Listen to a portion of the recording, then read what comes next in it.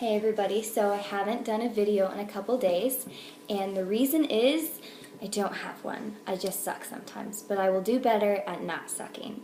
So today I'm going to do two videos, and this video is going to be about Sophia. We get a lot of questions asked in public, and we get a lot of eyebrows raised, and I've gotten a couple of people curious to Sophia on Instagram, and I want to explain to you why Sophia is the size that she is. When we got pregnant with Nathaniel, we had the dream pregnancy. We had no issues. Every doctor's appointment was great. It was such a good thing to look forward to because it was always like, oh, your baby's in the 90th percentile and this is his heart rate and he's doing so good. And it was such a fun thing to do because we never had any issues with Nathaniel. His labor kind of made up for that, I think. I did have an epidural, and I personally believe that prolonged my labor, so I was in labor for a total of 34 hours, and I had to push for 2 hours just because I feel my body couldn't feel what it needed to do. So I thought that I was pushing, but really I just probably wasn't doing anything. So I pushed for 2 hours and finally came to the world. He had a really dumb looking cone head. And if you know me personally, you know I'm a little vain, a lot vain, and my biggest fear was my baby was going to have a cone head, and it came out and I was like, great, my baby has a cone head. It went away in 24 hours, but other than that, that was the only issues we had. We just had a long, exhausting labor. With Sophia, we didn't prevent and we didn't try for this pregnancy. We just said, if God wants to bless us with another baby, He'll give us another baby, and He gave us another baby. Her doctor appointments weren't fun for us. Every appointment was, oh, well, Sophie's in the 3 percentile, or she's in the 2 percentile, and she's just not growing the way that she should. So they sent us to an off-base specialist. And we had to go in every 2 weeks, and it wasn't just a, hey, let's sit down and talk about the pregnancy. It was a full ultrasound measuring every single thing to see if it was progressing. And she just wasn't progressing. She was very small in the womb, and then she started to show signs of Down syndrome. And we just had a lot of fears. It wouldn't have changed the way that we felt about our baby if she had Down syndrome, and I've stated that before.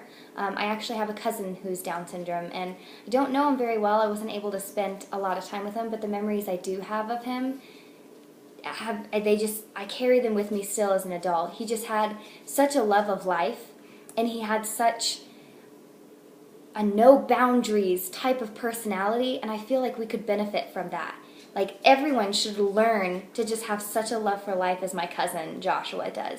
So if I had a baby with Down syndrome, I was going to love it because I knew that she was going to teach me so much. But she didn't have Down syndrome, and she did teach me so much. At first, when we found out that she wasn't growing and she was showing signs of Downs, I was really shocked. At 25, that's not something that you go into the doctor's appointment expecting to hear. That's just not something you hear at 25. So I got really angry with myself once everything was said and done because I was like, why didn't I trust the Lord? Why didn't I trust, that everything was going to be taken care of? I was so worried and so worked up. I just cried all the time, and I was like, what am I going to do? I shouldn't have worried. I should have leaned on the Lord, and that was a good lesson to learn. It was a hard lesson, but it was a good lesson.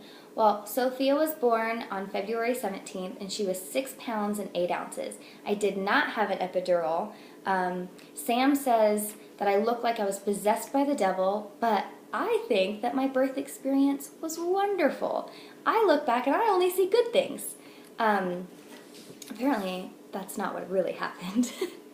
I mean, I remember the pain, and I remember briefly looking at Sam and probably looking like I could eat her soul, but I really enjoyed my natural labor. I only labored for 11 hours. I pushed for 6 minutes, and she was out, and it was wonderful. I wasn't exhausted. I could get up and walk around, and I'll probably never do an epidural ever again just because my body could feel what it needed to do, and it did what it needed to do, and I would much rather labor for 11 hours versus 34 hours. And she didn't have a cone head.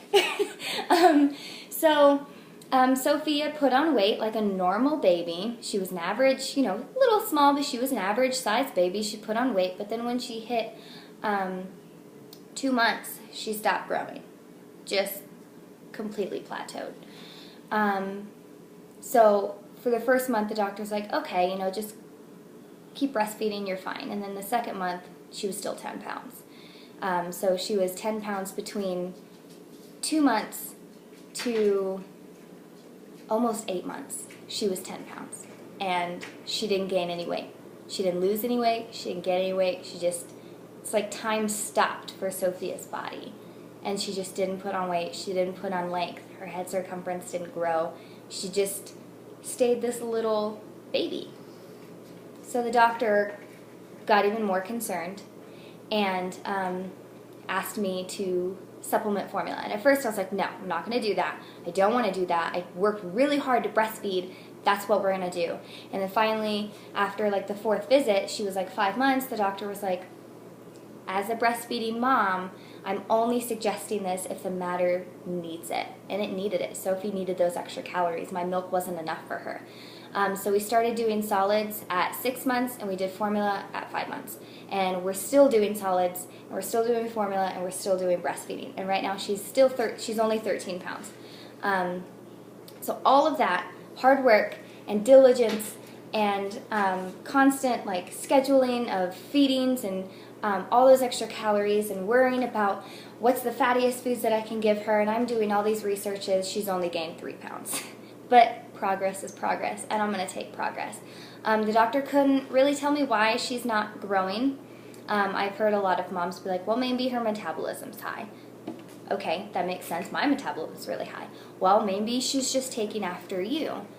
I hear that, except I grew. So I was still kind of concerned, you know. I don't expect Sophia to put on like 17 pounds in 3 months, but I do expect her to put on something. Even ounces I would be okay with, but she just stopped.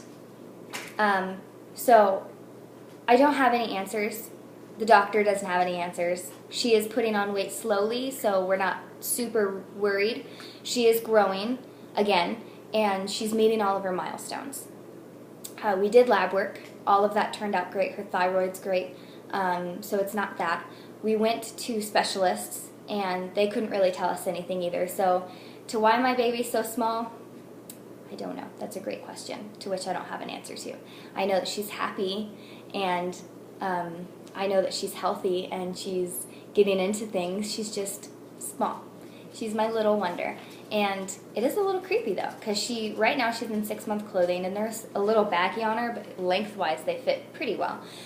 So she's crawling, but she looks like a 4 or 5-month-old baby, and 4 or 5-month-old babies don't crawl. So it's like, how are you doing that? How are your legs supporting you? And she stands up on things, like she holds up onto the couch.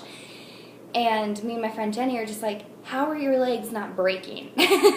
How are your ankles not just collapsing under your weight?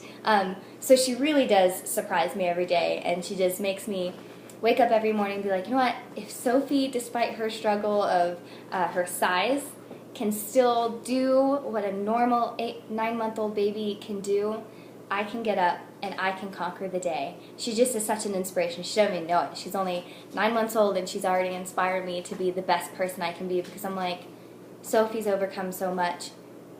Yeah, I got a headache. Yeah, I didn't get any sleep. Yeah, I'm stressed out. Yeah, things are happening crazily fast in our family, but we can overcome this because Sophie can overcome this. So to why she's so small, I don't know.